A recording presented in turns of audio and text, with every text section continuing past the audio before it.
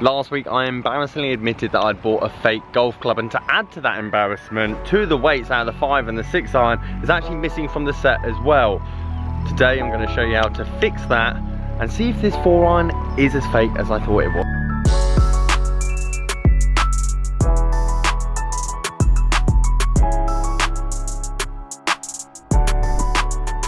But I've got a 4 iron in my set, which I've just noticed, that's kind of lasered on. So it's actually got a different barcode to the rest of them. I actually acquired it outside of the set. Would you be able to check that serial number to see if it's right or not? Guys, how you doing? Welcome back to a brand new video. So I'm down here at Lower Hennick driving range. You might have seen the video last week where I just basically went out, bought a load of golf clubs, and when I got home, I noticed the serial number, which I'll show you now, especially on the 4 iron, wasn't etched in, and I've never seen that before, which started to make me question its authenticity, as it did have certain different lettering, stampings across the whole iron compared to the one that I've seen with the etching, i.e. the letters stamped in, as you can see there on the 5 iron. So it made me believe that I'd actually got a fake golf club in my hand. That being said, I couldn't believe the quality of that golf club. So I was kind of in two minds. I was kind of stumped because I made a video a week before that video saying that realistically, fake golf clubs can't be made to this good a quality. I'll show you the face of the 4 iron. You can see how it's kind of milled, how they've kind of grinded away on that face there. And you just don't see that on fake golf clubs, mainly because the machinery that it costs to do that. And quite a few of you started mentioning in the comments, Ray was the first person to say, actually that stamping is quite generic for American Ping golf clubs, as he has a set of Ping golf clubs that have come from the States and they have that etching rather than the stamping, which made a bit of sense. Therefore today we're going to find out exactly, have I got a real or fake Ping golf club? And for you guys that have potentially got missing weights or have found a very cheap set of Ping golf clubs with missing weights, how can you get them fixed? How much does it cost? And how much value can then you add to your set of golf clubs?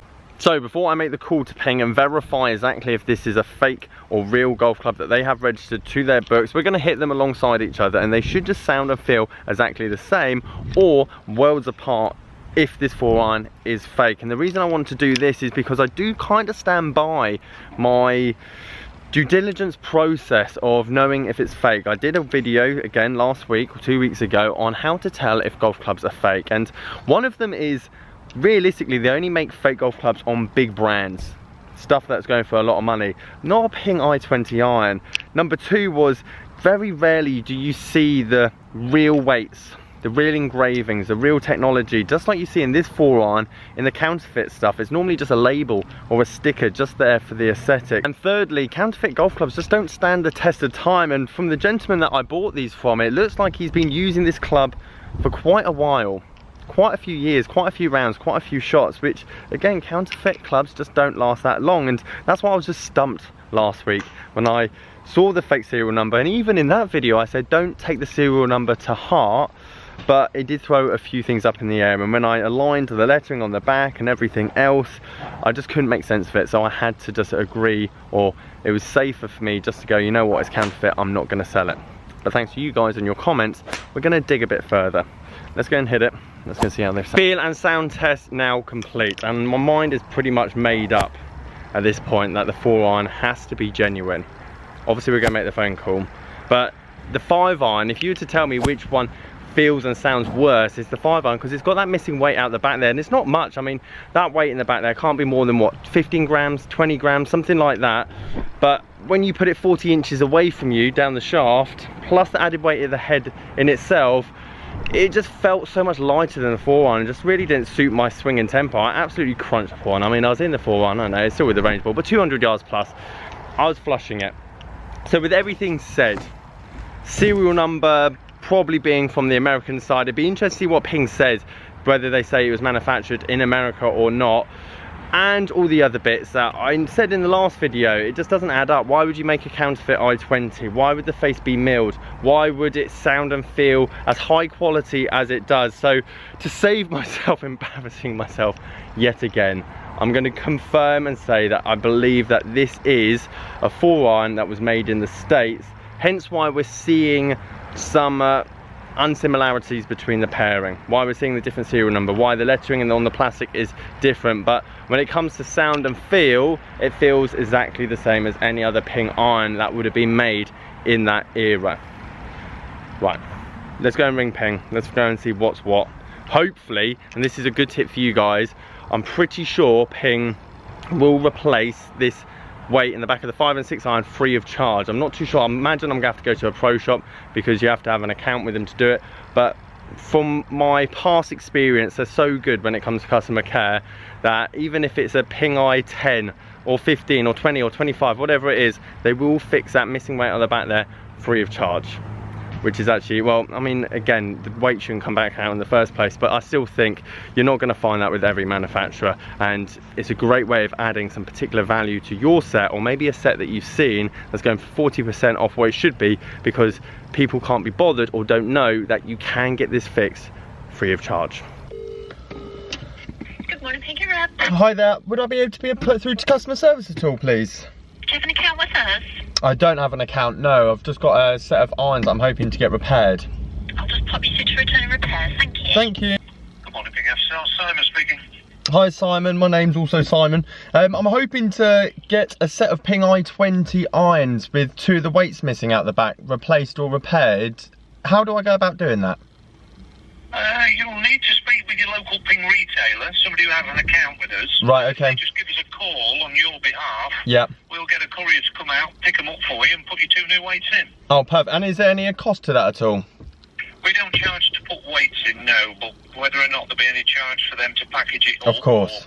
Okay. You just need to run that by them. It's generally, there is no charge, but just check. Okay, I'll check with them. Okay, perfect, that's brilliant. And also, whilst I've got you on the phone, Simon, I need a bit of help because normally I'm used to Ping irons having like etched in serial numbers, but I've got a 4 iron in my set, which I've just noticed, that's kind of lasered on. So it's actually got a different barcode to the rest of them. I actually acquired it outside of the set. Would you be able to check that serial number to see if it's right or not? I'll certainly check it for you. I mean, I had a similar question on email earlier this morning, actually, and as I did say that, you know, the techniques of etching are different. It can be laser done. Right. There is a proper etching machine they use sometimes, and it depends where it's done as well, because America use different techniques to us. So there's different ways that it can be, you know, put on. Would I be able to just give you the serial number just to check it for me? Yeah, let's have a look for you. It's 4 and then the letter T. Yeah. 26. Yeah. 90. Yeah, there's your answer. Manufactured in America, that one. So that's interesting. So I'm guessing, because I tried to do a bit of research, but there wasn't much out there. So I'm guessing all American serial, well, mainly American serial numbers are not like stamped in almost. Because any Ping that serial number I've ever seen is normally stamped in. But obviously, in America, maybe they laser them. That's right. Yeah. I mean, we're seeing it more and more. You know, with things like hybrids, crossovers. They come in with a serial number already on them. And they're like that, but I think as we go forward the next few years, it's all going to be like that. All lasered on. Simon, really appreciate your help. Thank you ever so much for that. Not at all, not at all. Thank you, mate. Cheers, bye. That's ideal, and that's why I really rate Ping as just a general business, especially when I used to work as a club fitter and person that had to do all the orders through the shop. They're just so easy to work with, and these are, well, let's be honest, very old. And free of charge. Obviously I've got to go to a shop, so whether that's Sanford, I'm not sure if Sanford's got an account, but I'll find a shop that's willing to send these back to me, and then obviously I can cover postage. It's a good tip to know, guys, because there's so many sets of Ping clubs out there that are just half the price because the weights are missing out the back, and people think that because they're 10, 12, 15 years old, or maybe a bit earlier, that they're not going to be able to get those replaced, or there'll be a fee added on there. And with pretty much all of Ping's clubs, as you just heard from Simon there, they'll do it free of charge, and obviously they've got the stock of the weights no matter what the model is or type of head. They'll be able to obviously replace that. So it's a good tip to know and something to look out for, because if you see a set on eBay, Facebook that's missing 1 weight, 2 weights, 3 weights, you're probably going to get 40% off what it'd actually be worth. And then with a bit of work on your part, pro shop, bit of time, you can have a nice full set of clubs, all with the weights all sorted, free of charge. Guys, thank you ever so much for watching, and I want to thank everyone that messaged and commented in the last video going, Simon, just double check, because it just seems too good of a club to be a fake. Check the serial number, check with Ping if it is indeed fake, because at the end of the day, even though I've been doing this quite a while, I don't know everything, and I love this experience and journey because I'm learning just as much from you guys as you guys are potentially learning from me. And on the good side is I've now got a full set 4 to pitching wedge of Ping I20s once the weights finally get repaired back in stock, which is always a good feeling. We've gone from a bit of a low to a bit of a high.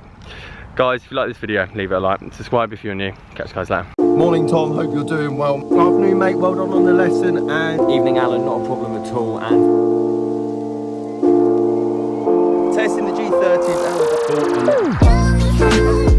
afternoon gents, on my way to the lockup. Go pick up the Mura Iron.